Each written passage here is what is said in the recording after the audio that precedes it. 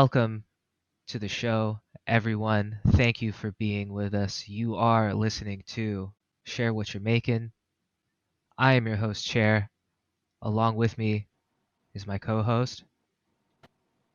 Wait, Bacon? hey, Do I say my I'm. name like a Pokemon now? Is that how this works? I was gonna say it, but I'm glad that you said it. Okay. It's funnier and more awkward when I say it myself. Well, we're on a roll here early. We are the high kick through the roof of Web3 podcasts. And before we get anything started, I have to ask you all to please like this video. If you're watching on YouTube, please subscribe to Meta Media. That's META Media on YouTube. Subscribe to the channel. Hit that notification bell. You'll know when every episode of Share What You're Making goes live. Follow us on Twitter. The show's account is at Chair Bacon. That's at Chair Bacon. Please follow Metagame on Twitter at MetaFam. What's your Twitter, Bacon? It's Baconator with an H. Just I don't tweet that much. If you want it, you'll find me. I'm around. You can find me at Very Comfy, VRYCMFY. We appreciate the boost. Bacon, today on the show, we have an Dude, OG founder of today. Ethereum. Hell yeah, we do. We have officially made it, Chair. Like this is legit. Like podcasts can be over now. We've got it. Like everything else from here is just like cruising. Just cruising. Like we've got an Ethereum founder, we've made it. It's official. We can just cruise from here now. I'm so fucking hyped. He was such a cool dude to talk to as well. We had such a fun conversation. He was very down to earth, very insightful, Hmm. a laid back guy, went very Yeah. deep into the very origins of Ethereum, the early days before likely there was even a name for it, and conversations in hot Hmm. tubs and road trips Indeed. and Skype groups all had to synergize Yes. in order to make it happen. Yes. It's important to note we kept saying Skype call, and he made it very explicitly clear that it was a Skype group and not a Skype call. I guess because there's probably, like you mentioned before, a bunch of text conversations and whatnot, and not just a singular call. Like saying Skype call, I guess, makes it sound singular when it sounds like it was an ongoing dialogue in an overall like chat group. Well, I'm glad that Skype got to play a small part in the revolution. Uh, Yeah, people always be forgetting Skype. It's all Discord now. Kids these days, they don't know Skype. you can find Texture, who is our guest today. That is at I am Texture on Twitter. He is quite the Twitter personality. I enjoy him immensely. His tone and his humor is refreshing. His project is Texture Punx. It is not live yet. It is dropping soon. It is his own version of CryptoPunks, and he'll get into it. That project can be found at Texture Punx with an X on Twitter. Folks, this is episode 8 for us, and we have secured an Ethereum founder for us to dig into and get his perspective on, and hopefully he is coming back soon so we can follow up with all of the questions that we missed. But this is a juicy one. This Yeah, is it is. It's a long one. a legit banger. It is indeed. Uh, this is an interview. I think Texture has done one other podcast Mm-hmm. interview. Inside.com was the other podcast did. It's like They don't need it's any more run. as a They don't need any video run. They don't cast. need any run. Share what you're making with Chair and Bacon. That's at Chair Bacon on Twitter, Meta Media on YouTube. But this is really one thing that we failed to ask him was what he does with his skin routine for Skin his routine, skin routine. yes. So We that have to most radiant skin in Web3. Saying it now. That should be his new candle. Radiant skin. uh, Have to ask about that skincare routine. I can't disagree with you there, Bacon. Folks, without further ado, please enjoy our interview with Texture. please like and subscribe on our YouTube page. That's Meta Media. Thank you, Bacon. Thank you, Chair. We'll see you guys Thank on you for dropping that people should follow us 4 times in the intro. we'll see you guys on the other side. Hint hint. This podcast is brought to you by Metagame. Find us at metagame.wtf, wiki.metagame.wtf, and follow MetaFam on Twitter at MetaFam. Metagame. You'll leave with more questions than you started with. Welcome back to the show, everyone. Big guest today, giant guest today. Really excited, thrilled to have them. We have an Ethereum co-founder, Super hype. the founder of Texture Punx NFTs, and a long list of accolades and credits that go to his name. We'll get into it. Welcome to the show, Texture. How are you? What's up? I'm sick as shit, but I'm here, and We appreciate that. We appreciate you fighting through the sickness to come on the show today. yeah, I pounded some children's cough medicine right beforehand so that you guys minimize the sniffles and coughs that would have to be edited out. We really appreciate you powering through. There are a ton of things that I'd love to get into, and maybe we'll get them all, but definitely want to cover the early days of Ethereum, how you became involved, sort of the origin story there. But even before that, you have been a CTO, a lead dev, a tech lead,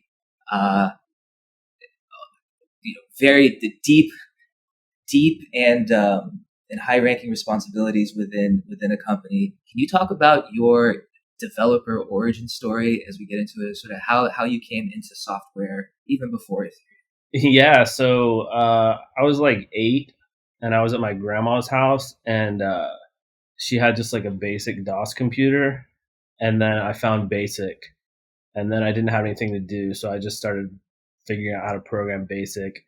And then when I was a little older, I convinced my parents to buy me like a copy of Visual Basic, and then I started programming that. And then I got into like GeoCities. Are you guys old enough to remember that?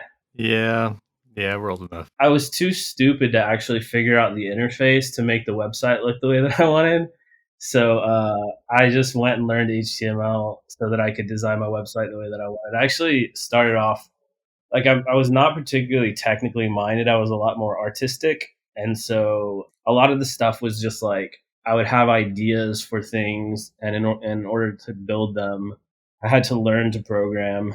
And so HTML was pretty easy. And then, obviously had to learn JavaScript. And then when I was 16, I had an idea for a website. And the idea was basically like, I was a musician as well. And I just thought the internet's going to be huge and music is going to be big on the internet at some point. I want to build like a website where musicians can publish their music and fans can follow them and fans can have their own pages.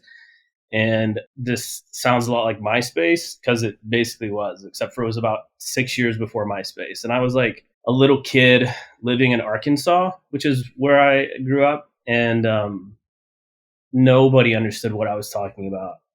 Like, people just thought I was crazy. Like, even the people that I knew, like I had an uncle who was a tech, like a consultant, and he was like, you gotta do like a business plan and like, right. I was like, dude, I don't know how to do that. But anyways, like I had to learn PHP and backend programming. And so I basically like had to become a full stack dev and designer to execute that project. And that was really where I got into like the actually being a developer and actually doing stuff like that. But I ran it for a couple years, but it was a bit ahead of its time, and nobody understood what I was talking about. Artists, nobody. So finally, what happened was MySpace hit.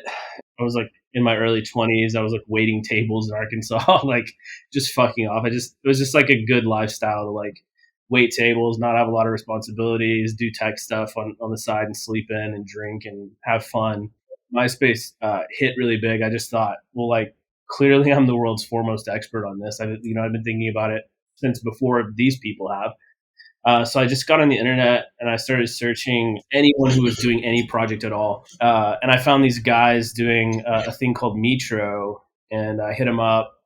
And it was like a location-based chat program for your computer. So you could just meet people near you. And I thought it was pretty cool. And I just messaged them and said, I'll work for free. Just tell me whatever you need to do. So like they gave me this little widget thing. I did it in like 2 hours or whatever, designed it, did all the code. And they were like, holy shit, you're a badass. So 2 weeks later, they like called me and said, hey, we're all moving out to Palo Alto from Chicago. Do you want to move with us? And so I said, yeah, fuck it. So like I got on a plane 2 weeks after meeting them and moved out to Palo Alto and worked on that for a bit. It ultimately didn't work because, I mean, two things. One, it was also ahead of its time. If you look at things like Tinder and even Grindr, it was like that, but like 12 years before. And we ended up having a huge problem, which was like if you were a female on the app, like yeah, age old tale. You would get hundreds of messages, and so it kind of just it was a little early, but that was how I really got involved and moved out to Silicon Valley for the first time. And then I spent the next 10 years, in various failing startups and kind of just like almost being a vagabond. Like I'd work, in a startup and then leave and then do like a few months of dev work and then just live the rest of the year doing research and working on my own projects and stuff. Did you feel a culture shock coming from Arkansas, moving to the Bay and the A area lifestyle? Yeah. I mean, I loved it. I loved the Bay Area in general. The biggest shock to me was like, I liked technology, but I liked technology as like a tool. It wasn't just like I liked computers for the sake of computers. And like, honestly, the way that I got into computers was I did grow up in a very tiny town, and it was like there was this one day that was like a after school special, like where we were skaters. So we would skate and the police would harass us every day and threaten to arrest us. And one day we were like, let's go skate. And my friends all were like, no, I'm tired of getting harassed by the police. Like, let's just go like smoke weed. Some of the older kids gave us weed, and like we all walked behind the neighborhood. They like pulled out a bowl, started smoking weed. And I was like, I think I'm a little young for this. I'm just going to go home now. And then I just got on the computer and that's how I did it. But I mean, like in terms of culture shock, the biggest shock was how fucking nerdy everybody was that was into computers. So like I freaked out because I was just like, don't you guys have any interests that aren't computer related, like at all? So I was like kind of a piece of shit. We would go to parties, and if the party was like too shitty and nerdy, I would just steal all their alcohol in a backpack and leave, and we would go have a party somewhere else. Oh man. A time-tested move. Yeah. I mean, also, I think my favorite part of that story is your friends are like, oh, we're tired of getting harassed by the cops for this perfectly legal activity, so let's go do something that's illegal and not get harassed by the cops. The craziest thing about that story is the police were idiots. They don't realize this, but it set off like a crime spree and like drug problem in that town for like a decade because all those people got super into drugs. And like eventually they got into pharmaceuticals and they were like breaking into pharmacies, and like it like just created this massive like unintended consequence of these kids who just wanted to be skaters being pushed out of their one thing to do into this boring ass city or your town really, where all they could do was drugs. And I would say like all of them have either been in prison or rehab, or a large percentage of them are dead now. So like it was a bad time. Sorry about that. Yeah. I mean, it sucked, but it's definitely one of those things that I feel like lucky that I was able to, make it out of, not falling victim to that, but then also, being able to excel over a longer time period. So I'm seeing a pattern starting to build here. Is like you had the idea for MySpace early. Yeah. You had the idea or part of sort of the team that was early to Tinder, and sort of being a founder of Ethereum, you were very early to an idea that now and only really now is really starting to take root. And that was 8 years ago. Yeah, that's the thing is like you can have a good idea, but timing is really essential.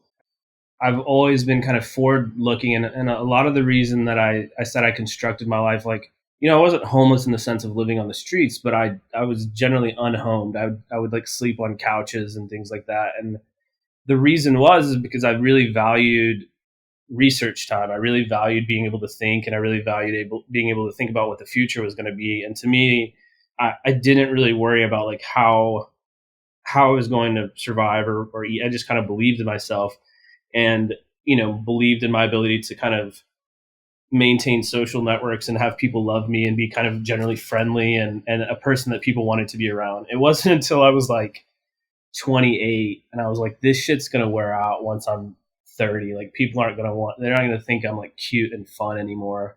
So I really kind of buckled down, and that was around the time that, the Ethereum stuff started to emerge. That's the exact age that I started feeling old. Yeah. On my 28th birthday, I got incredibly drunk and realized, like, that's it. This is it. You might as well be 30 now. Yeah, it's been all downhill from 28 for sure. Yeah, after 20, you're like really looking at that, and it's like you can be a fucking whatever in your 20s, and that's fine. But in your 30s, I think people expect more. And honestly, like now that I'm 38, I think if my girlfriend was here, she would tell me. But it's like that time goes by a lot faster than you think it's going to. So it really is one of those things. Like in retrospect, it's like if there's anything you want to do with your life, I would say like people need to start about 5 years earlier than they really want to be like at it, because it's going to take at least that amount of time. That's pretty good advice. Also somewhat depressing for us getting up in age, but definitely good advice. Well, if you've, hopefully, and I don't know how other people move, but if you've developed enough social networks and to me, I think a huge part of being successful is being adaptable and being able to get to a place. Like if you see an opportunity, take an opportunity. And if you see a better opportunity, take a better opportunity, and just do that without burning bridges and while developing yourself and your skills and maintain your relationships. And eventually, it's just like a probability matrix. You just get closer and closer. And as long as you can handle what most people might consider failure for an indeterminate period of time and not lose that drive, like success is just really a matter of time. It's not a matter of if, it really is a matter of when. Yeah, no, that's good points. I mean, this is starting to sound like motivational speaking, but yeah, no, for sure. Like everyone's, I'm getting motivated as fuck. yeah, right it's. I mean, we've definitely taken a veer from technical stuff to more like personal lifestyle shit, but this is good. This is good stuff. And like that's very reminiscent of both like the old adages, like what is it? Success is the intersection of preparedness and opportunity. And then like the old Thomas Edison quote, some people say I failed 999 times trying to invent the light bulb. I just say the light bulb was an invention with 1,000 steps or whatever, right? Like, these classic lines. I think it's one of those things that's really rough too, because you kind of have a split between these like hustle porn people and people who worship them, and the people who have kind of like a horrific aversion to that kind of talk. And then once you're successful, and when I say the word successful, I mean, a lot of people take issue with that. Like, I think success is obviously like a nuanced thing that not around money, but just for simplicity's sake, like achieving some instantiation of something meaningful in your society or your community or your culture, which may or may not come with, monetary rewards. It's just the achieving of what you set out to is what I would determine. Yeah, personal success, not necessarily financial success or fame success, but just personal, like you achieved what you wanted to, you made the world better around you, right? Yeah, but the problem is if it comes with financial success, like people just immediately treat you a lot of the time like you were born with a silver spoon in your mouth. Like, go fuck yourself. You have nothing to tell me. You're just saying things that are in like self-help books. And it's like, well, I was reading those self-help books, but like, how do you think I stayed motivated? It's not bullshit. It's just, if you're expecting it to happen in a time frame that's reasonable and not soul crushing, you're going to need a lot of luck. And a lot of people say that too, like, well, you were lucky. And it's like, yeah, but I knew that it was going to require luck. But if you see dice on the table and it costs $0 to roll them, but it just makes you feel sad when you lose, like all you have to do is get over being sad and then grab the dice and learn to roll as fast as you can until you get, a winning hand, like or a winning roll or whatever. Like, also, I think it is important to mention that luck is a component, and there's definitely luck involved in this. But like you see with great inventors, legendary people in history, right? They always have this track record, and it's the same track record that you show, right? So like there's luck involved with it, and there's a little bit of luck in that you fell in with Ethereum and things, stars align there, right? But there's also this track record of you were ahead of the game on MySpace, like Jared just said, you were ahead of the game on like this Tinder type thing, and so it's like you were constantly putting shots on goal, and then one of them came through, right? So it's not like it's just luck. It's like you were constantly out there working on something, and then one of them clicked, right? Yeah, and you have to be like, a lot of people think hustle's like an outside thing. It's an external thing. It's like, it's not. Hustle's inside. It's the transformation of yourself. It's how you learn and how you adapt. And I think that's the most important thing, is always focusing on the way that you think and the way that you develop yourself, the way that your mind functions, and really learning from your mistakes and taking personal ownership of how your thinking and reasoning got you to where you are, both positive and negative, and then trying to refine that over time. And then again, like the biggest part is don't not play the game because it's luck, quote unquote. Like, play the game; it's free to play. Like, it's not as scary as people think they are, or they think it is, because you only have a little bit of time on this planet. Real life is a schlep too. Like, it's like getting up and going to your job is a risk, even if people don't think it is, and the upside is just not there. So if you're constantly playing games with like very low downside, that other than just emotional stuff, and potentially super high upside, like that's a way more fun game, I think. But everybody's different, so Yeah, I mean that's very reminiscent of the game. Like that's what we say. We're like, play the game, just get like, that's why it's called metagame. It's like game is like the game of life, game theory, stuff like that, right?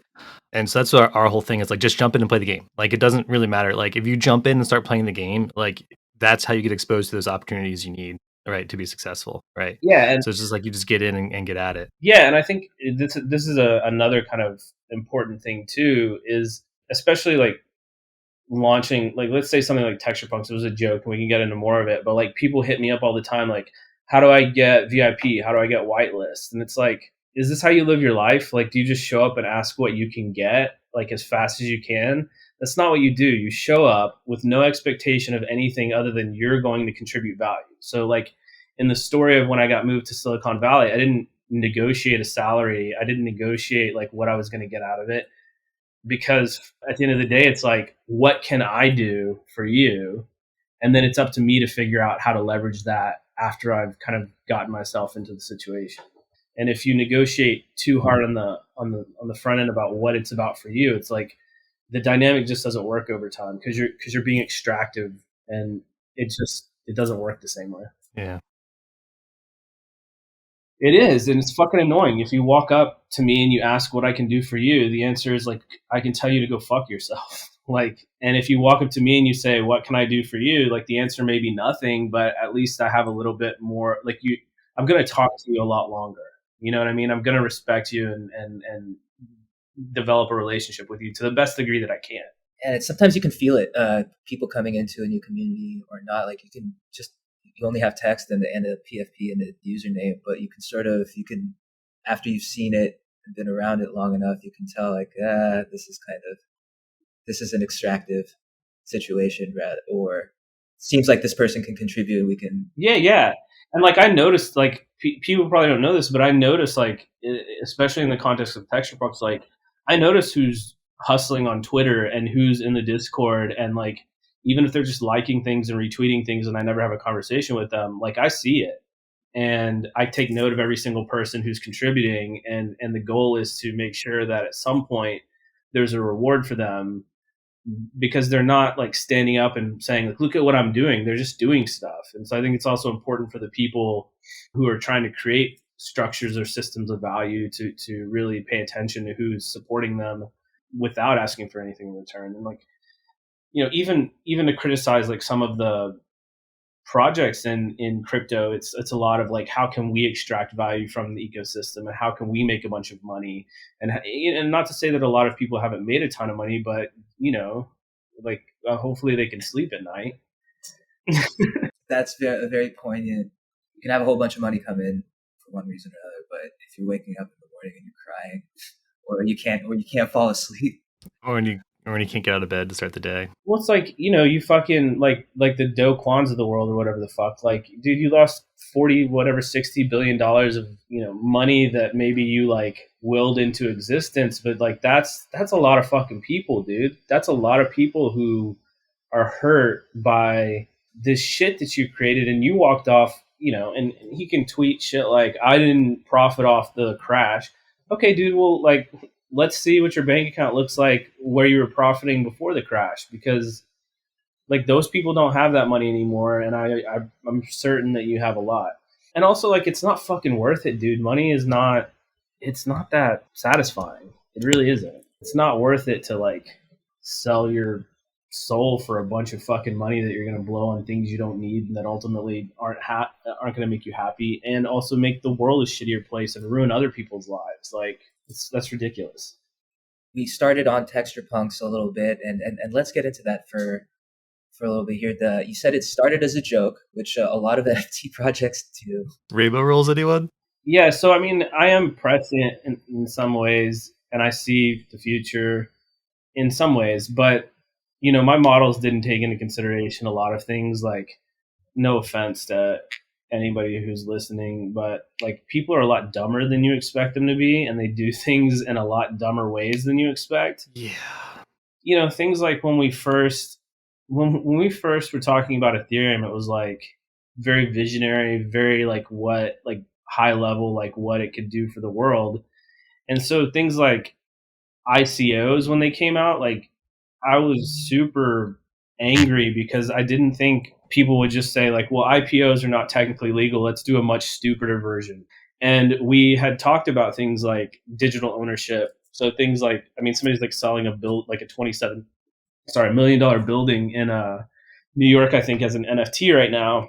And so things like, ownership of buildings, ownership like titles and things like that we thought of, but we didn't think like, oh, people are going to sell pictures of like hats and goblins and whatever. Like, we didn't know that was going to happen. Yeah, apes, whatever.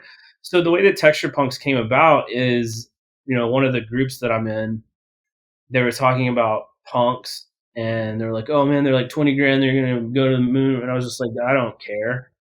Like, I just don't. Like, it seems really stupid. And then when they were selling it over 100K, I was like, they're ugly though, man. They're not even good. They don't even look good. And they're paying 100 grand for this shit. I'm just going to make one, a cooler one. Cause I like grew up. The only reason I really got involved in computers was cause I watched that movie Hackers, and I thought maybe you could be cool and also into computers. And then I spent like over 2 decades realizing like, most people into computers are not that cool, but I still have, and I think a lot of us have like, there's like a cyberpunk vibe like that we kind of think is cool. So I just was like, what would it, if it was like a Hackers cyberpunk inspired like version that actually looked cool, what would it look like? So I just made one for myself. I threw it up. And then a friend, Zoe, immediately commented like, where'd you get your PFP? I want one. And I was like, oh, I just made it. It's just a joke. So she asked if I would make her one. I made her one. And then like 20 or 30 other people asked them. And so I was just making them by hand. And then I just thought, I've just spent an entire week of my life making pixel art. This is a huge waste of my time. I should just make I'll hire a dev and just like let people make them on their own and mint them. And it was just a joke. I thought maybe like 100 to 500 people that followed me already might want one. And then when we launched the Discord on 420, completely by accident, I will never believe that. No matter what you say, I will never believe that was an accident. The funniest thing is it was like 419, and I was driving down the street, and I just like texted my buddy and said, hey dude, can you set up a Discord for Texture Punx? Somebody just mentioned it. It's probably a good idea. He was like, I'm busy today, I'll do it tomorrow. So I mean, like, you don't have to believe it. I mean, you can believe it, like, fucking meme mastermind, but the universe just aligned. And so the next day, like 4,000 people showed up in one day, and we were just like, what the fuck? And then 8,000 people showed up, and we didn't have any plans for like a cap. We had no plans for anybody being interested in it. And then it just kind of spiraled out of control really quickly. But when I see an opportunity, I'm going to take it. And so now we've just kind of spun it into this thing, and kind of we're seeing where we can take it. I'm going to start my own podcast, and we've been able to talk to some like pretty interesting people. You know what I mean? Like the goal is going to be to, I think, kind of like one of the things I'm good at is I'm able to talk to pretty much anyone about anything. So it's not just, I think a lot of the Web3 podcasts are very insular, like talking about Web3 to Web3 people. And feel called out, but yes. No, it's fine. I mean, and it's like, that's not really that interesting to me. I already have like a crypto career. And so for me, it's like, how can I bridge to other things that I'm interested in? So whether that be like having a podcast with like a scientist or researchers who study, technology, or even things like rappers or musicians or people who are interested in the space, but just kind of more generally like bridging all areas of culture and talking more about the things that I think more broadly are going to come to real. Just kind of being like a Rosetta Stone of culture. Yeah, it's interesting you mentioned that, because I'm actually a lab manager for a biotech company. That's well, I'm gonna leave that soon to work full time Web3, but that's what I've been doing the past many years of my life. I've been in the biotech sector, and I was looking to apply to this new really cool company that started, and they were looking for a Web3 community manager, and I was like, huh, like that's weird. Like, why is that? Like, I guess it's finally starting to go mainstream. Like, they're looking to cultivate. I don't know what they want. We need to actually reach out to them, Chair, about trying to get them on the podcast, see what they're doing. But I don't know why this biotech company wants a Web3 community and a DAO, but they do. So it's right. They might not know, because sometimes I talk to people who are just like in regular jobs, and like people are going to their like conferences and being like, you need a Web3 strategy, you need an NFT strategy. It doesn't matter if you understand it now, but you need to just start doing it. So possible they literally just had someone tell them, like, hire someone and figure it out. Yeah, that might be it. I'm not sure. So one of the lead scientific founders is George Church for that company, and he's had some blockchain involvement for a couple of years going now. He did an early experiment where he was trying to do blockchain tagged ownership of the human genome. Oh, wow. So you could get your gene sequenced and then basically it'd be NFT'd, right? And then blockchain owned. And so companies could borrow them. Like Snow, currently companies have like patents on like huge parts of the human genome. Okay. So the idea was to stop that and let people get sequenced and then have their genome published as an NFT. And then companies could use that from the database, but they'd have to pay royalties to those individuals, right? Okay. So that was a project he was running this must have been like probably like 5 years ago. This is probably like early on or maybe even before Ethereum. It must have been after Ethereum. But this was like 4 or 5 years ago. Yeah, so that particular instance may be different, but I do know that a lot of really basic companies, even like Walmart and shit like that, they just know that they need to do something, but they don't know what it is. Which I'll be happy to take a ton of money to tell them what they should do. Yeah, that's the advantage, is getting to consult for these things and try to guide people the right way. And then also there's money behind it. Yeah, I mean, if they have a bunch of money and they want to give it to me, I'll definitely tell them. I mean, the last time I talked to Walmart, I was invited one time for the Institute for the Future in Palo Alto, and I basically just told them to fuck off. Sounds like the typical reaction to Walmart. Yeah, I was just like, you guys are fucked in the long run. Just don't worry about it. But seeing how Web3, I mean, I never called it Web3. That was like Gav Wood who created that term.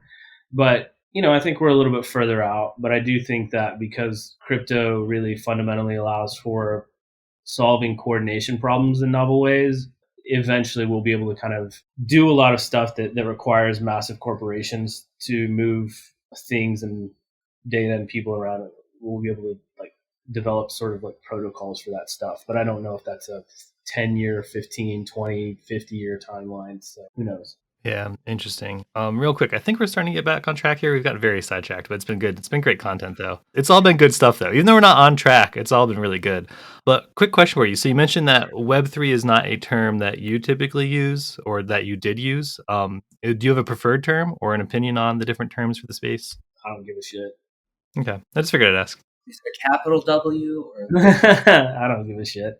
I mean, it just in the beginning, like it wasn't something we thought about. It was just like, Mm-hmm. Well, I feel like one of the early GitHub repos for Ethereum is named Web3. It was probably created by Gab. Okay. I mean, I'm sure that he probably had that in his mind, and he was pushing that kind of narrative. And it's taken hold, and I guess it makes sense because you had Web 2 come out, and then it's just like, what's Web 3 going to be? Well, if we call this Web 3, then whatever somebody else is going to try to create isn't going to be able to take that space. So from a like competitive technological evolution standpoint, it at least kind of solidifies that nothing else is going to come in. And That's true.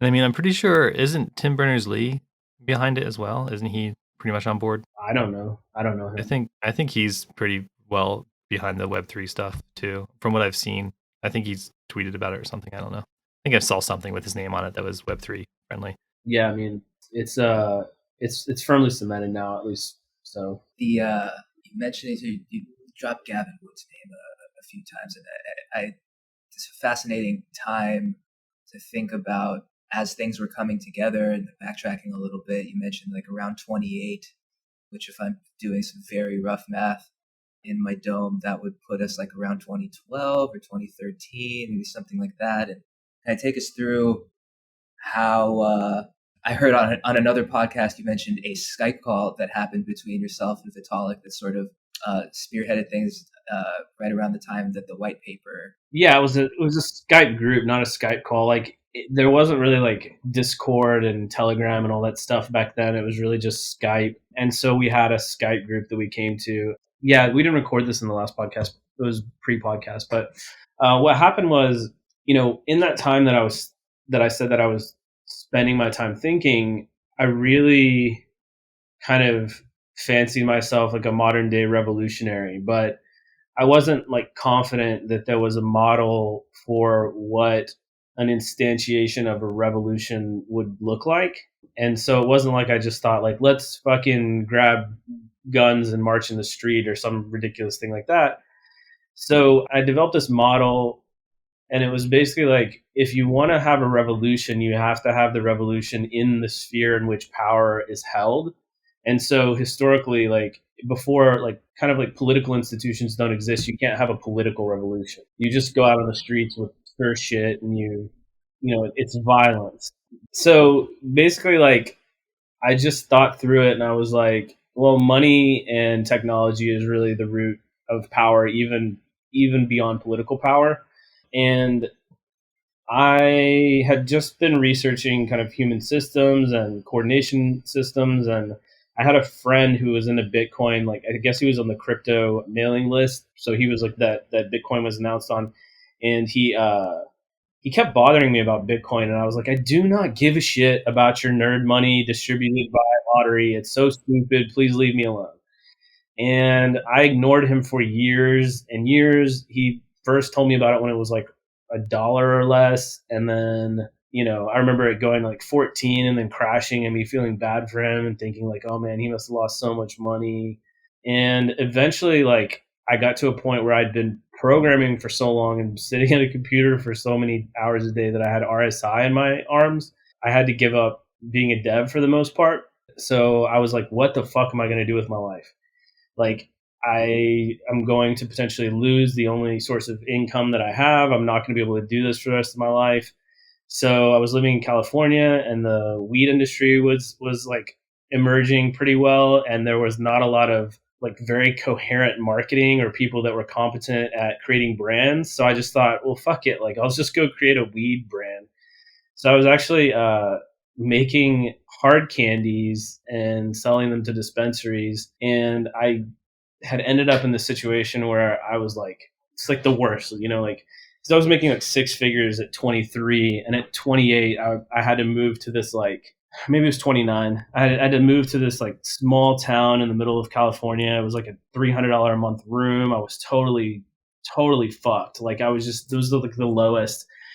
So he got me this job like doing front end coding for Bitcoin Casino, and I agreed to get paid in Bitcoin, and it hit like 1,200 right before then. And so I had two thoughts. Like one, yeah, I'll accept this job. And then 2 was, okay, it doesn't really fucking matter if I think Bitcoin is stupid, because I've watched it go from nothing to $1,200, and enough other people think it has value, that I should at least pay attention to it a little bit. So I accepted that job to be paid in Bitcoin, and then Bitcoin crashed, and it cost. I think the first thing that I did with Bitcoin was immediately lose $10,000. Ouch. That was the first thing that I did. That's rough. Yeah, so I had a little bit of a bad taste in my mouth, but he kept bothering me, and he was like, dude, you just have please listen to at least this one episode of this podcast. It was called Let's Talk Bitcoin. It was hosted by a guy named Adam B. Levine. It was the podcast that Andreas Antonopoulos was on, who was, a lot of people probably don't know who he is now, but basically Bitcoin's first mega evangelist who traveled around, proselytizing people about Bitcoin. So it was pretty big at that time in the Bitcoin space. So I just threw back one of my candies and sat and listened to the podcast. And I just was like, I don't know. I mean, it sounds crazy, and the experience was crazy, but it was like a biblical vision, like a fucking 4-dimensional object beamed in my head where I just saw the future crystal clear. Still wasn't interested in Bitcoin, but I saw that the mechanisms behind the technology would allow for a fundamental restructuring of human cooperation and coordination. And it wasn't like a series of thoughts. It was like a full movie boomed into my, just hit me in the head, and I just saw it all clearly. And so it just so happened that guy who got me to listen to the podcast came into town 2 days later, and I went and met with him, and I was like, I need to meet Adam from the podcast.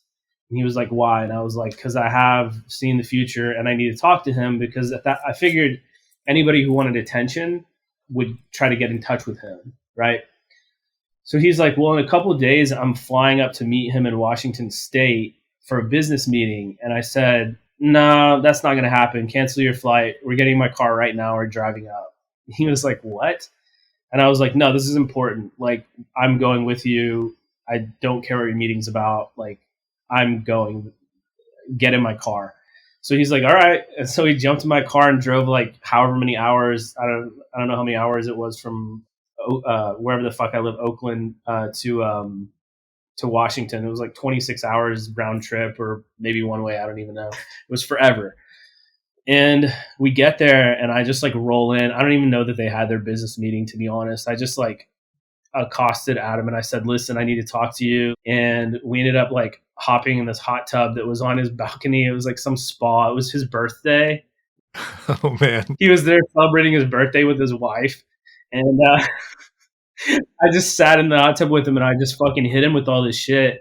And he was, and it was really he was riffing with me, and we both got really excited. And he said, well, listen, there's probably only 5 or 6 people thinking about this in the world.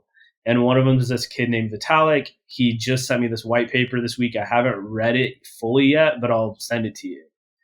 So I said, yeah, whatever, sounds the stars are aligning. So he sent me the paper. I read it. I was like, it's not really exactly it. It's kind of under engineered for in terms of what I saw, but I thought, whatever, it's fate.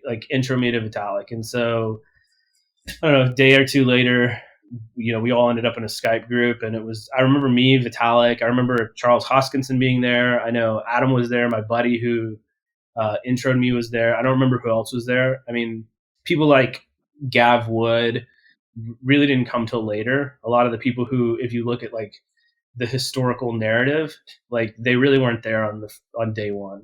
They came later, and it doesn't mean they didn't make significant contributions or that they weren't valuable in some way. A lot of people weren't. Charles Hoskinson was just, I mean, a terrible person, who almost destroyed Ethereum. And Anthony Diorio, that's why I go by Texture, by the way, because my real name is Anthony D'Onofrio. And so I would meet people and be like, yeah, I'm Anthony D'Onofrio from Ethereum. And they'd be like, oh, the guy from Toronto.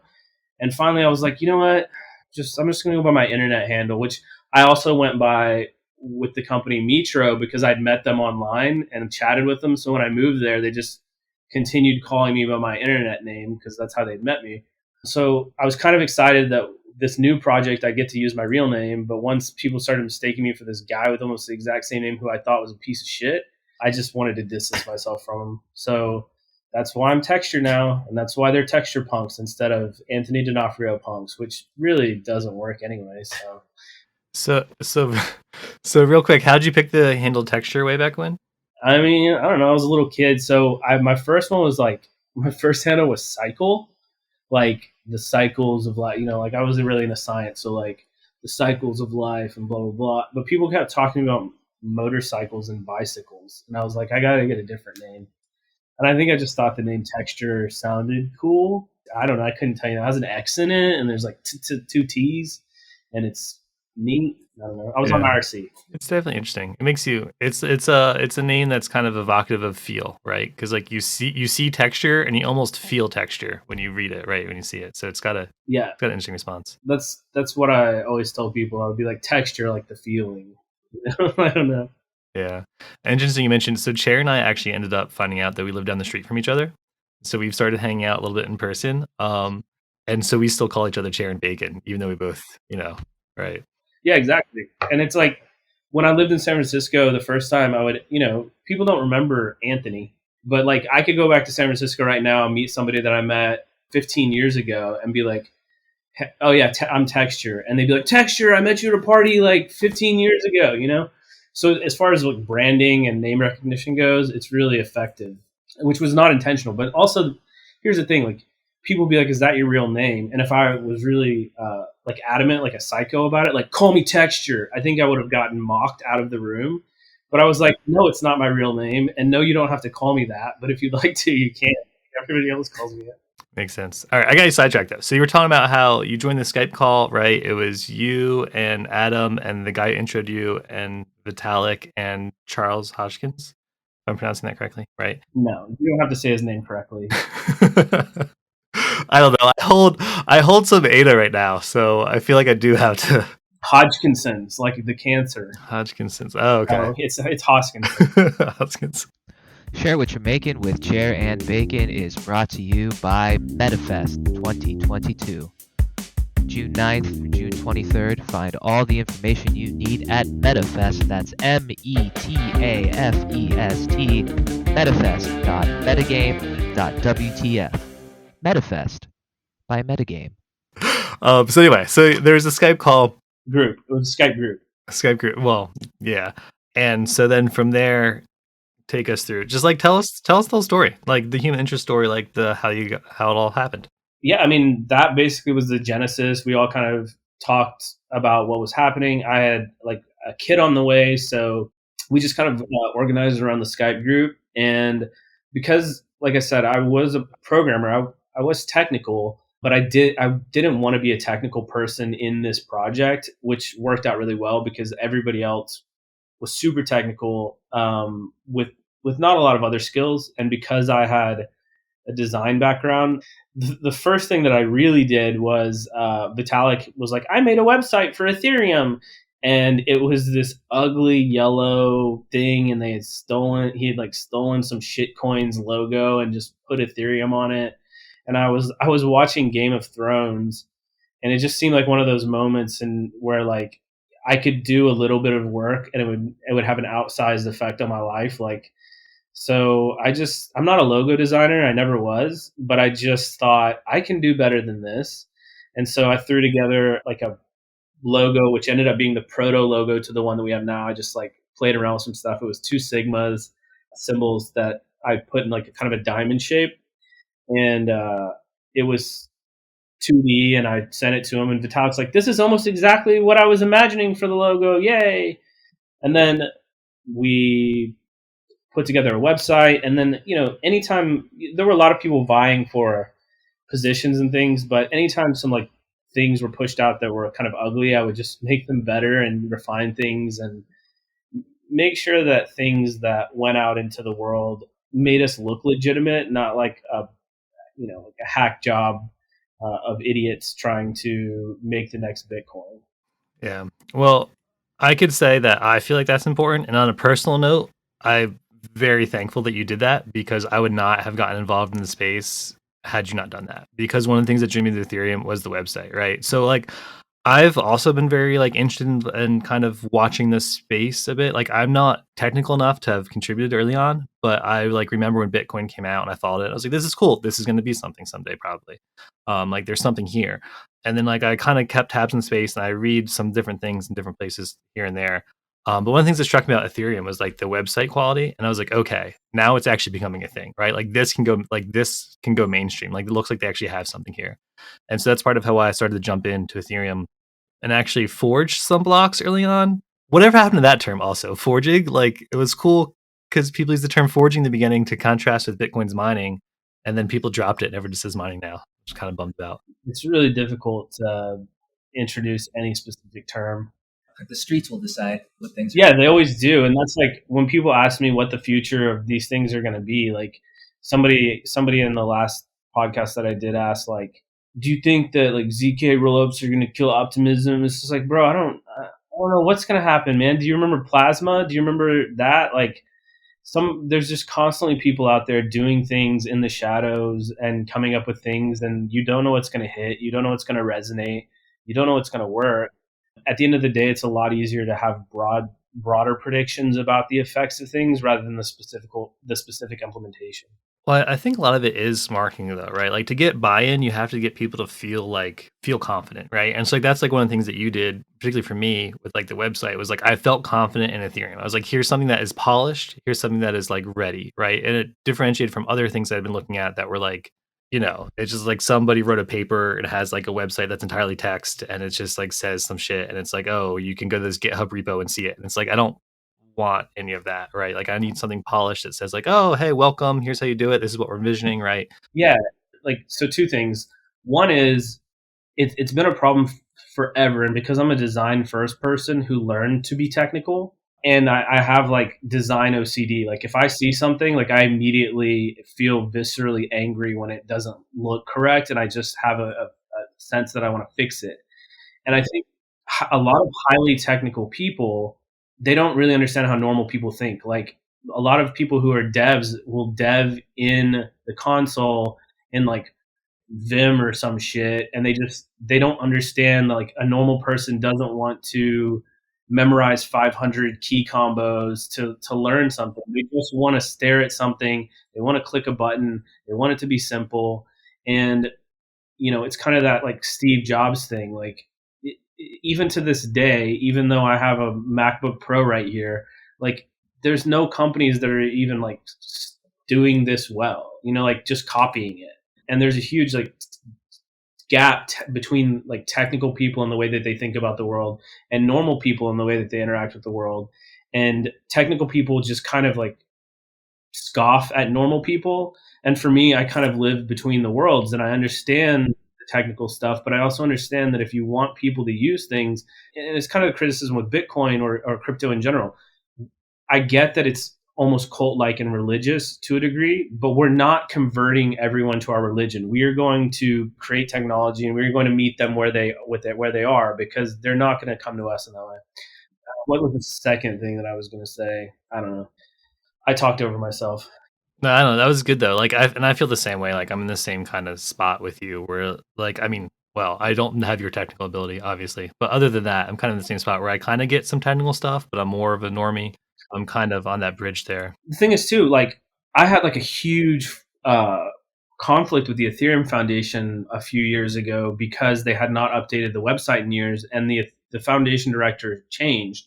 So I had a really good relationship with Ming, the last EF director, and then when Aya came in, like she just had no interest in me at all. And like I talked to her a little bit. I said, "Hey, listen, the website really needs updating. I think it's really important that it needs to look good." And in addition to that, I was, again, not a technical person. I had to learn to become technical. And like I learned to program backend software for the web using PHP. And the reason that I could do that was because they had the greatest technical documentation of any programming language ever.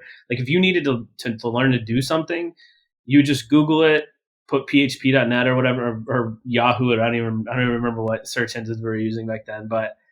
And then it would take you to a page, and it would have not just what like normal programming languages have, which is like an abstraction of how it works, but there would actually be code examples. And then there would be people commenting their code examples. beneath it. And so to me, if you're trying to onboard a new generation of developers, you want to have a website that both A, looks good, to your point, but B, when somebody wants to get onboarded technically or figure out how they can engage with the ecosystem meaningfully, that path needs to be laid out for them, and it needs to be done in a way that's very simple. So like I ended up like going to war with them because it took her 6 months to even tell me who was in charge of the website. And then that person was a huge dick to me when I was like, hey man, I'll just like do it for free if you just let me. And it was like another 6 months to a year after that. And it had been handed off multiple other times before it finally got to where it is now, which I've heard, and it looks a lot better. And I've heard, people say that it's a lot easier to get kind of onboarded through it. So I'm happy with that. But there was a long period of time where the people that were involved in the core of the Ethereum Foundation really just didn't grasp how important that was. And it was really frustrating to me. Yeah, no, I get that. That's definitely experiences that I believe a lot of us have experienced in the space with different projects. Yeah, I wanted to go back to the hot tub moment sure, for a second, as it will be known as from now on. But it seems like one of the questions, one of my pre-prepared questions, did you have a sense that in the early days, did you have a sense for that this was something really special? And you touched on it a little bit, that as you and Adam were starting to chop it up in the hot tub, that that's like, okay, something's clicking here. And even the move of driving immediately from the Bay to Washington as soon as you realized that this person was out there and reachable. So it seems like, was there that energy? I felt it like specifically, and I didn't know why, but in talking with you today, that first conversation about Ethereum that I had with a friend, and the energy behind it, I was very non-technical at that point, but there was some energy. But he said it started with Bitcoin. We started talking about Bitcoin. He said, "Hey, this was like late 2015. It's like, you need to look at Ethereum. It's like, you think Bitcoin's cool, you need to look at Ethereum." So talk about that energy a little bit, and that it's what still fascinates me, because I didn't know, and I didn't know how to write code at that point, so I didn't know what made it so cool, but there was something there. So it's funny that you bring that up, because there was, this unexplainable, like you said, energy. It was a thing that, like, in the early days of Ethereum, when you got it, like when you saw somebody getting it or when you got it for the first time, you could tell, because people would they'd be like, I don't get it, I don't get it, I don't get it. And all of a sudden, like, they would grab their head and start rocking back and forth. And like your head, sorry, they would, start rocking back and forth, and like their head would hurt. And that was like really strange. Like, it was like we were giving birth to this new idea, and as you became kind of a conduit for it, it actually physically hurt. And I think like a lot of people can get into it now and not necessarily have that experience. Sorry about my dogs. That's just for the people listening, because that's not going to be able to be edited out. So yeah, it was a really kind of transcendent thing for me personally. And like, I'm not, like I said, the thing was beamed into my head like a vision. And I don't use that term lightly. Like, it was like transcendent. It was like this weird transcendental object, almost like a spiritual thing, right? And I think that there was a sense that, to be clear, like when you're in 10 years of failing startups, you don't necessarily believe I am part of the thing that is the thing. But I did know that idea was something powerful. So, what I would say to people at that time is Ethereum or something like it is going to change the world. Ethereum or some idea similar to it is going to be revolutionary. But I do think like that energy was unmistakable. And now I guess in retrospect, I can drop the humility or whatever, and like just know that like, no, we really were there. The time did feel special. It felt different from anything, and it was palpable, and it was something that once people got it, it was really transformative, and it really clicked. And so later when we were building the community, to some degree, it was really easy, because it was an idea whose time had come. And as soon as people saw its existence, and once they could get it, it just clicked and cascaded, and everybody wanted to be a part of it. and see it come to fruition. So it was really, yeah, the energy was real.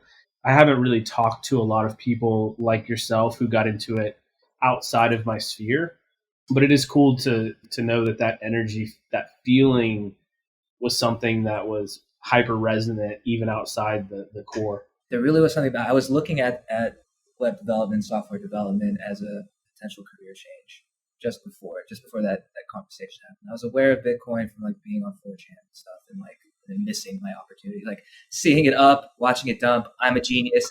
It goes back up. So like that was my first exposure, like 2010 and 2011. Like, and so watching it's like, I'm a genius. I'm an idiot. I'm a genius. I'm an idiot. And then after a while, it's like, I'm an idiot. I'm an idiot. I'm an idiot. Yeah.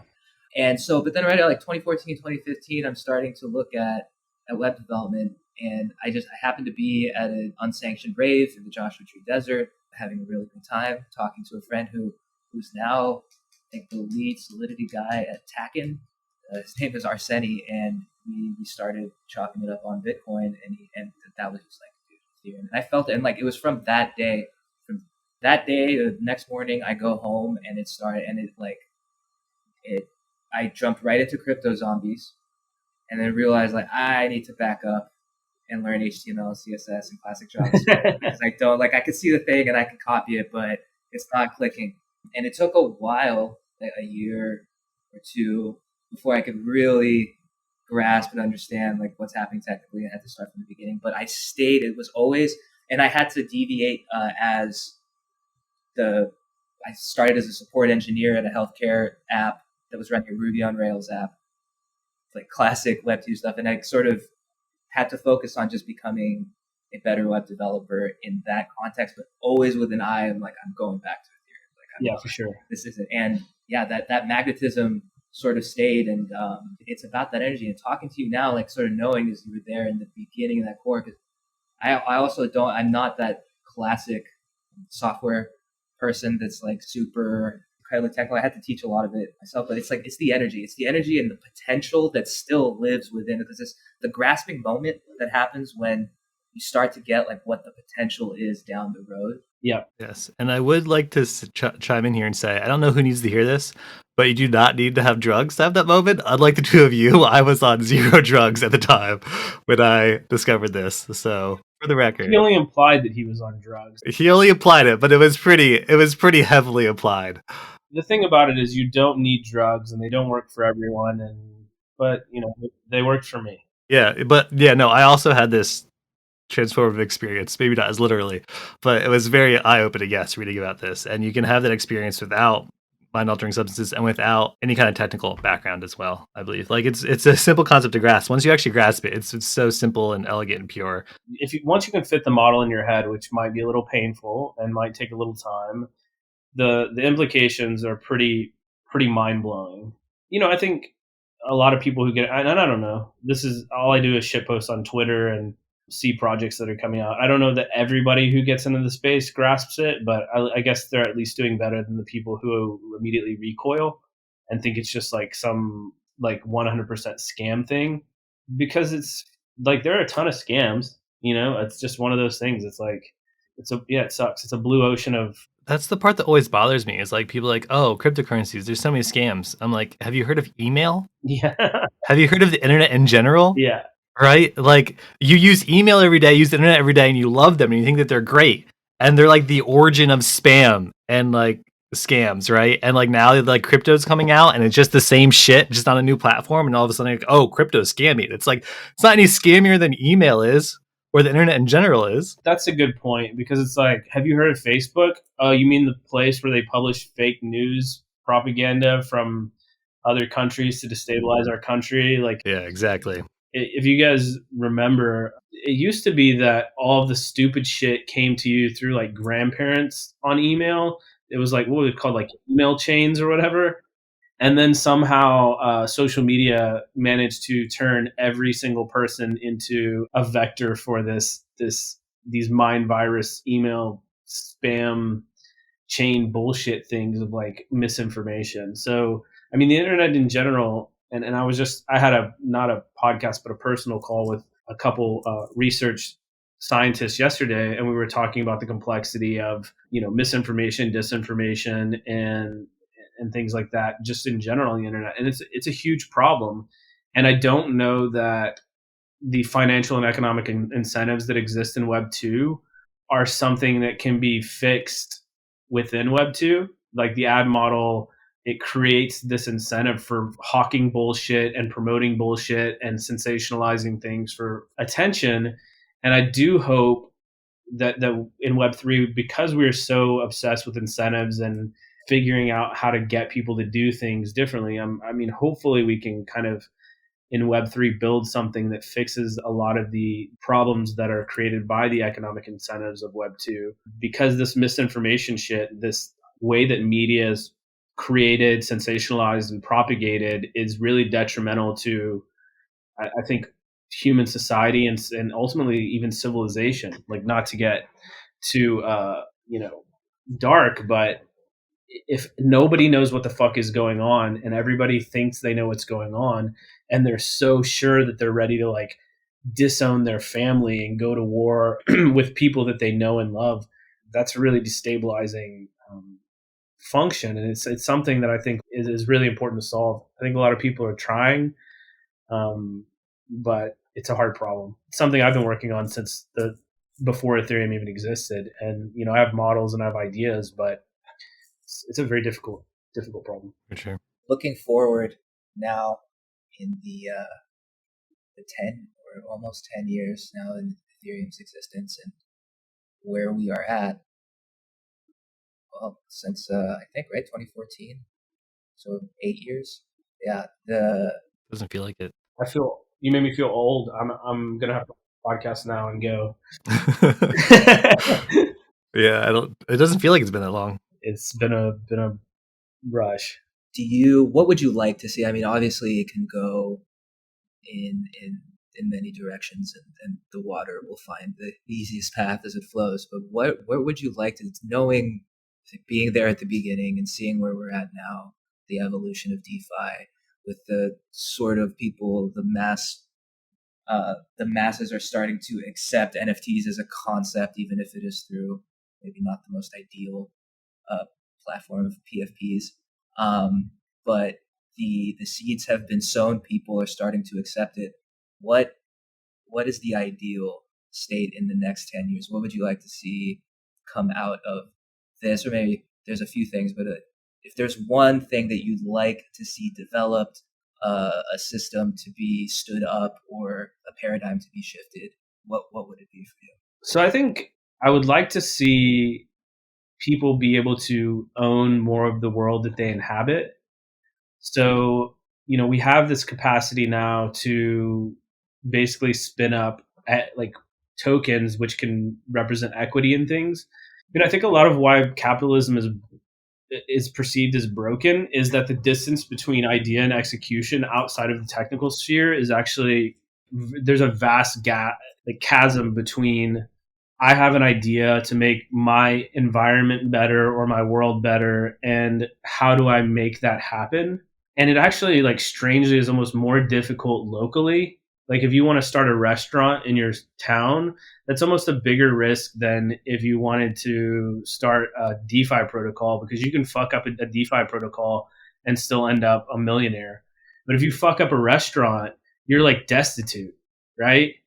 Yeah, it's true. I would like to see like some of these mechanisms that have existed and have emerged in kind of like Silicon Valley, and there's also like obviously public ownership of companies, but I would like to see like more localized ownership, so people being able to invest more fluidly in things around them as well as at scale. Obviously, the regulatory frameworks are not supportive of that right now, but like, why shouldn't you be able to go and like very quickly raise money from your community to start a hamburger shop, and they all own some stake in it and do it very fluidly, and you can distribute risk instead of putting it on yourself. So like, I really want to see a world in which people can like offer value, other people can be inspired by that system of value, whether it be very small, like something local, or a chain, or whatever scale, at all dimensions. I would like to see people be able to really take ownership of their world more. Yeah, I mean, just makes sense. Like, there's no reason you shouldn't be able to get funding from people near you like quickly. And there's like legal issues now. Like, if you wanted to start something, like you start a company and you want to disperse equity, like you have to pay an attorney, and attorneys are not particularly cheap.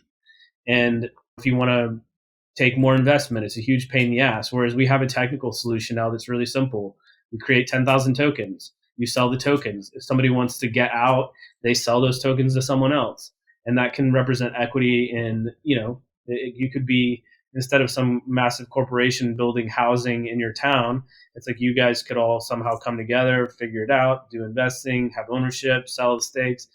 I mean, I think those are interesting things to be explored. Just having a deeper relationship and a more fluid relationship with ownership and with the creation of value and with the ability to support each other. So I think we've done all these experiments at a huge scale because somehow the risk is less. Like, if you have $1 billion that you spun out of nowhere, it's actually a lot less risky than if you just wanted to go like sell tokens in your local town, because they can shut you down if you've raised 100 grand and you're done.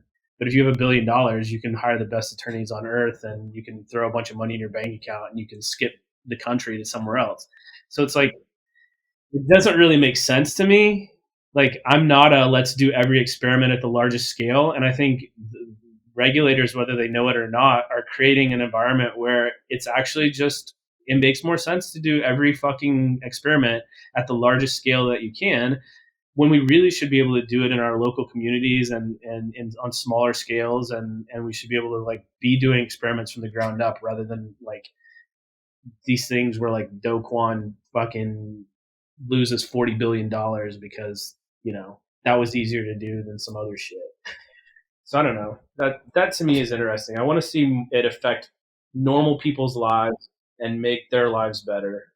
And not in the sense of like, I'm going to fucking buy a PFP and it's going to 10x, or I'm going to buy a token and it's going to go up. Like, I want it to be a personal thing, and I want it to be simple and have good UX and really make the individual feel more empowered and connected to their world. Yeah, it's interesting because I've been thinking about this more recently with like public goods and or public works and having people join together for things. And it's like, if you've ever been to the Parthenon in ancient Greece, the thing I was most struck by when I went there was, most monuments typically have slave labor, right? The pyramids and all that, right? We're all slave labor, right? But you go to the Parthenon, they're like, there is no slave labor. This is all free labor. The community came together, everyone, no matter your class or station, everyone worked together and built this Parthenon together. And that monument's still here, thousands of years later. And it's like, that's very striking because it's like, you would never see that today. And one of the reasons why I never see that is because there's no collaboration or consensus mechanism to do that, right? But now with Ethereum and this Web3 stuff, like now there is starting to be at least the framework to create something like that, to be able to potentially do something of that nature, right? Obviously it's very complicated, but there's potential to do that again now. Yeah. I mean, that's fundamentally, there's two fundamental value propositions of crypto. And one is, coordination, and one is disintermediation. And disintermediation can be good or bad. But the coordination stuff, I think, is a huge problem, right? Like, I think out of maybe the top 3 problems on Earth, coordination is definitely one of those 3.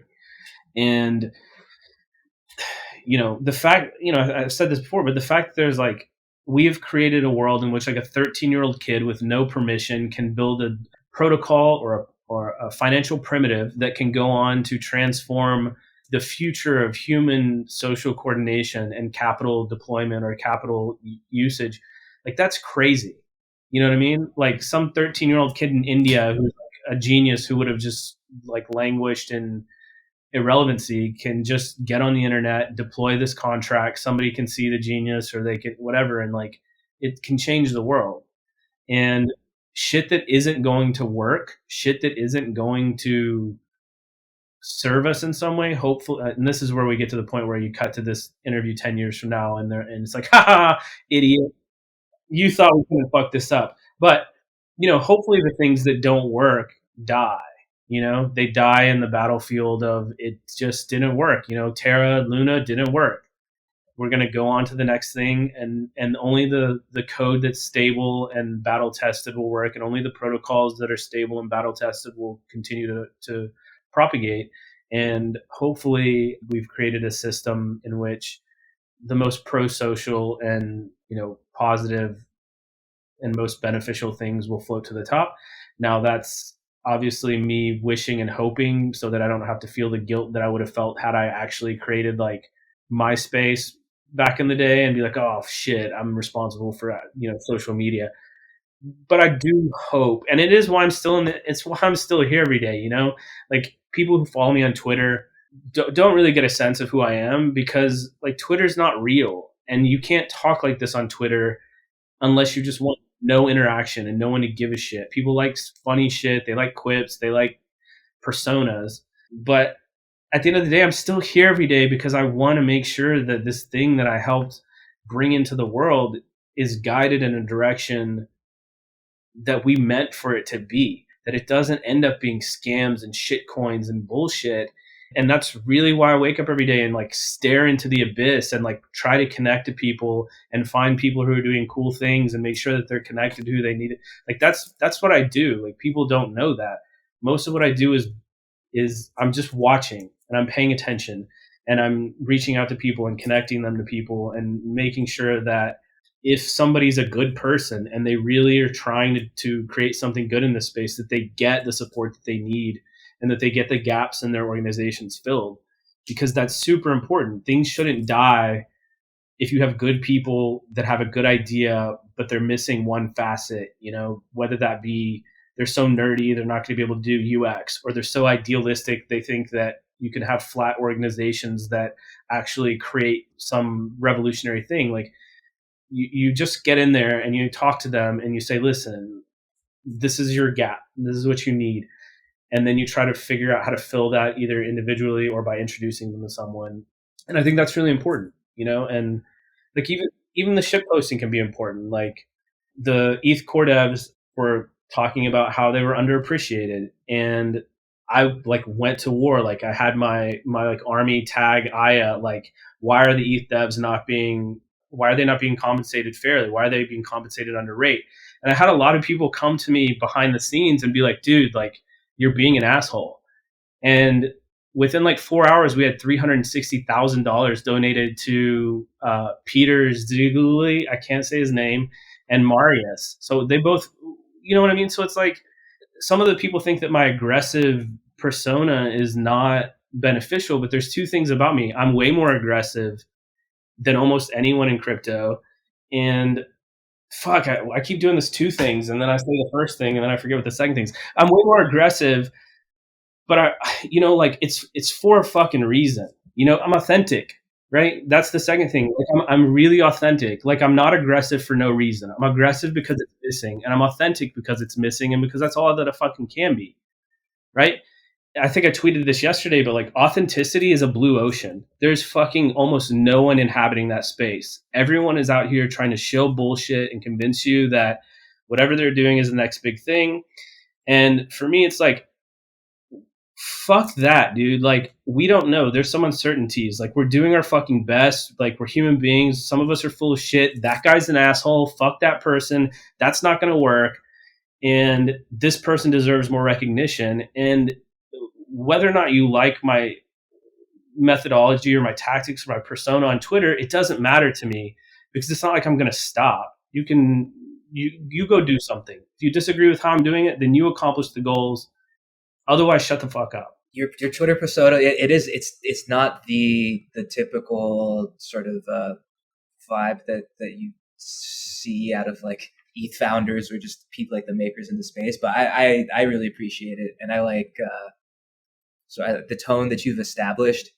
It's there's humor there, and it's real, and you know that you're getting an authentic opinion. It feels like you're getting an authentic opinion. And I didn't know you at all. We had never spoken, but I already you start to get a sense for who you are. And now after having a conversation with you, it really does make a lot of sense, especially knowing your background and sort of the path that you followed. So it's very valuable, and I appreciate appreciate that frankness. Well, and there is this thing that happens to you when you get the success, and I went through it for a long time, like, because I've always been unabashedly a particular way, and I went through a multi-year kind of like confusion of like, now that I'm this person, do I have some responsibility to like pretend to be what you expect out of this type of person, or what, And I think it took me a lot of time to just finally recognize, like, people really resonate with authenticity, and they resonate with the fact that, like, I can communicate on whatever level they're on. Like, and again, I mentioned in the beginning, like, I think I'm uniquely positioned that I can talk to anyone. I could talk to you guys. I could talk to ETH core devs. I had a call with, like, the researchers this week. I also had a call with, like, manager of one of the largest artists of all time this week. And I can fluidly move between all of these things. And I think that's super valuable. And I think that what I found is that my place in the beginning of Ethereum was being in the middle of understanding what the technical aspect was, but also how to connect to where we needed to connect to go. And I think I'm just accepting that that's who I am. I'm a person who is kind of like able to communicate between all these things. And there's a huge amount of value in that, not necessarily for myself, but for the space and for the goals that we had set in mind. And if that's, it's like, I didn't have more than 10,000 Twitter followers until recently, and I tried to stay kind of pseudo anonymous because it made me nervous to think about being a public figure in this emerging space.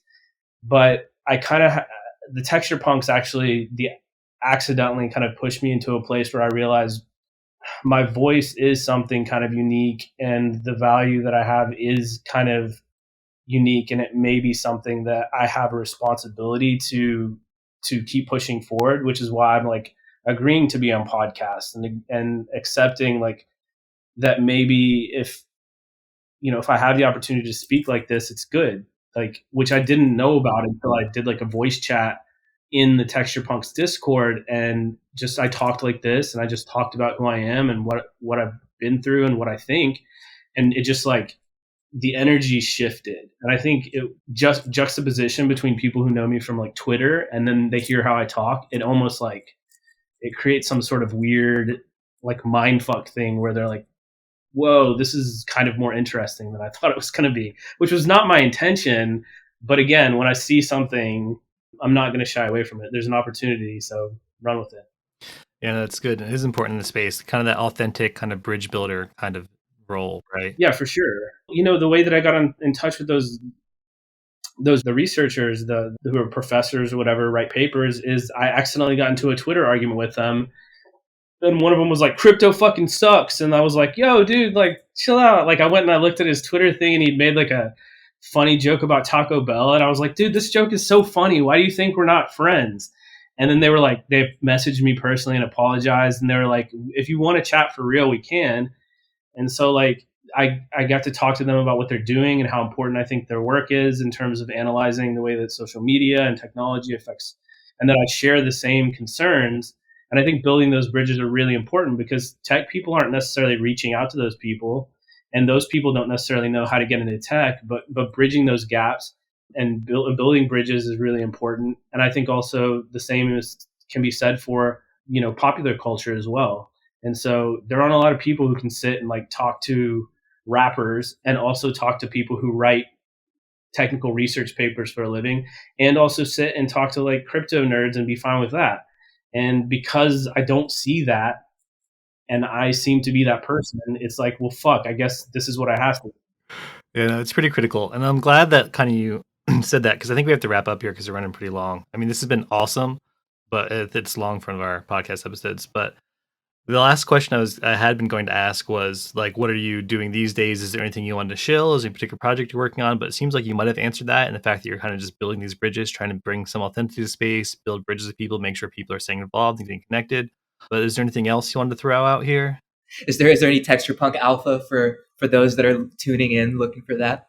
Yeah, I mean, we're going to try to, I think I got sick and my dad ended up in the hospital, so timelines got pushed back, but I think we're probably going to launch right after NFT NYC. Maybe I'll be in in the area. Maybe we'll do some activations, which is what my people on my team who are in marketing call doing marketing stuff, I guess. I don't know.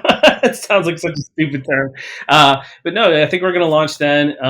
Texture Punx, one of the things people don't understand is I've created like 188 hand drawn traits, and you're going to be able to design your own character and mint it exactly how you want. It's not going to be a random drop. So like, yeah, you'll be able to pick exactly what traits you want and mint the exact one you want, which is kind of an interesting experiment. Because again, like it wasn't designed to be whatever the other projects are. It's not like a casino. I really don't give a fuck what the floor is. I'm not going to pump the price. Like I say that on Twitter. I'm totally authentic about that. We sell a bunch. It doesn't mean that I'm not going to reinvest it into the project and keep doing cool stuff. But there is no roadmap. I'm not going to promise you that we're going to build a metaverse. I'm going to promise you that you get to design your PFP. You get to pay whatever you pay for it. If you like it, keep it. If you think that you can flip it for more, then good luck. And, if you're a researcher or somebody or anybody who thinks that you have some sort of value to add to, anything that I'm building or the community in general, feel free to reach out. I do check my Twitter DMs, and I am to the best of my ability, somebody who's accessible. I can attest to that. That is how we got in contact. You do answer your DMs, and I'm very easy. You know what I mean?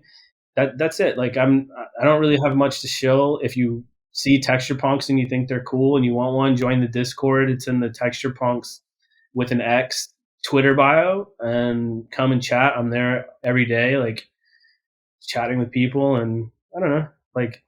Just, hey man, if you're out there listening and you're thinking about being a piece of shit scammer, don't do that. You could find Texture at I am Texture on Twitter.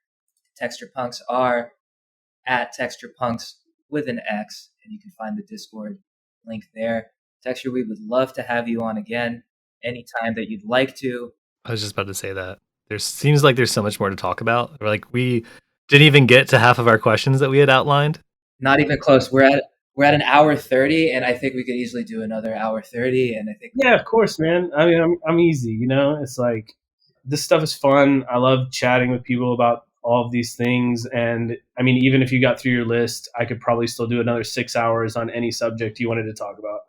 Yeah, maybe we'll make a date for after the Texture Punx launch, and after we see what sort of has evolved from there, we can have you back and